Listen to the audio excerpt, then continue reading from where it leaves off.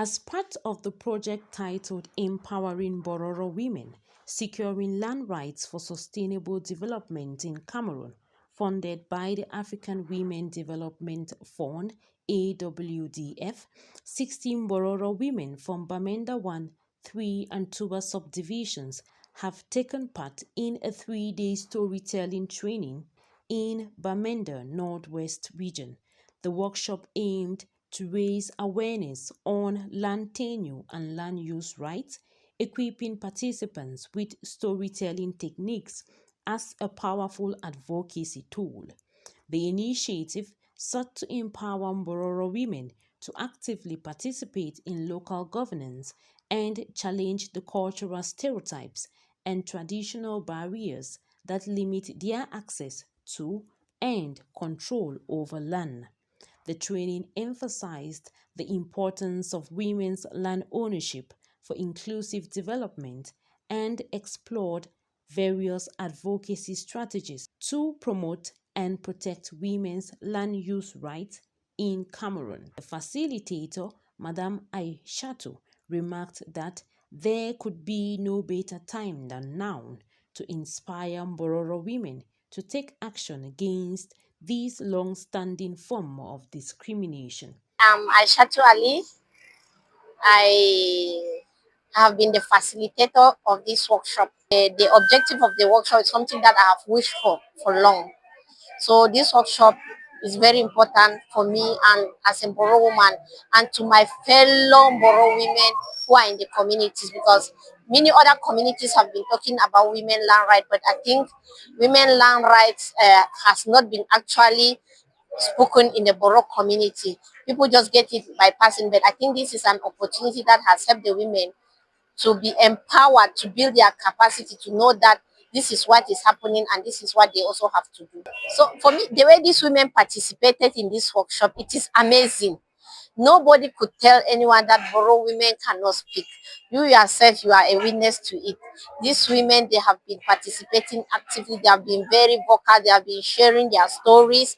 And they have also learned, they have asked a lot of questions. And honestly, by coming out with the action plan, they have come out with action plan that they will go back to the community, start their advocacy back from their families, right to the communities, right to the division or subdivision where they belong, and it will go up right to the regional and national level. So for me, I think this is a good thing, and we have to help them to do the advocacy and do it properly. Participants from the 3 project implementation areas expressed their satisfaction with the knowledge gained during the training and affirmed their commitment to sharing this information within their communities and through online platforms. I'm called Hawa Usali, born in Fundong, Boyo Division. My father is called Alhaji Sali Jafaru. I feel very much enriched. Why? Because we, the Mbororo women, we are suffering in silence. We don't have voices to speak for ourselves. And I think with this type of seminars, with this storytelling, I just want to believe even you had something detailed about Mbororo woman that you didn't know. And it's just a few. If every woman in that hall was given opportunity to share a story, it could have been wonderful. And I just want to believe that these seminars, this type of seminars will bring the Mbororo women out of their shells to know their rights, fight for their rights, and move on with life. Because we should not live like liabilities, but we should live like assets. And we should be partners to our husbands. We should not be their properties. I'm called Samiratu Hamadu.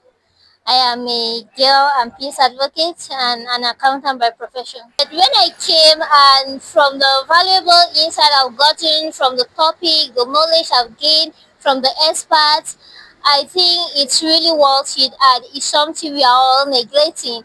Land is the most important thing. Everything around land, and I think girls and women are supposed to have right all over the ownership of land. So the advocacy is going to go a long way, and I think not just me, this is a problem that many people are facing, not just women, not just girls, but many people. And if they can come together to bring their voices together to advocate for this, then it's going to be good. I think we can use the social media, because there's a lot of advocacy done on social media goes viral, it goes miles away. So we can use platforms like social media platforms like Facebook, LinkedIn, Twitter, Instagram, and maybe WhatsApp that we use on our day-to-day lives. We hope that it goes to the um to the policies makers, because there are some policy that need to be changed. You should go to administrators. You should go to our traditional rulers, especially as Mbororo women. You should go to our traditional rulers. They should be aware. They should be sensitized on the importance of women having ownership over land. My name's Ali Aii Shatu. Sports, I would like to be heard.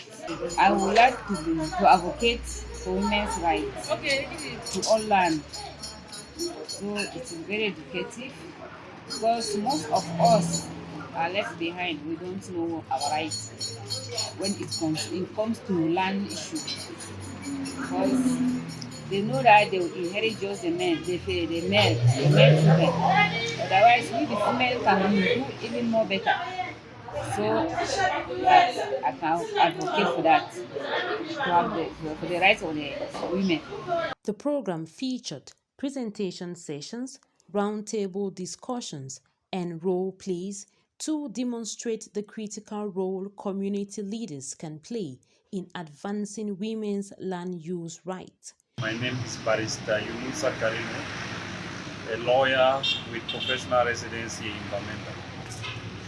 The Mbororo women are facing a lot of issues when it comes to land ownership, control, and access. The stories they are telling us are all true. They need the land too for their survival, they need it for their livelihood, they need it to carry out their daily activities. But unfortunately, they don't have that access, they don't have that control, they don't have the ownership. It is unfortunate that maybe land ownership is becoming a gender-based issue. It's owned mostly by men. And the issues the women are raising with you need to be taken with serious consideration. Otherwise, they cannot continue to live like this. They have to evolve. The world too has evolved, and they too have to evolve. Mbororo women also shared personal stories highlighting their struggles with land ownership.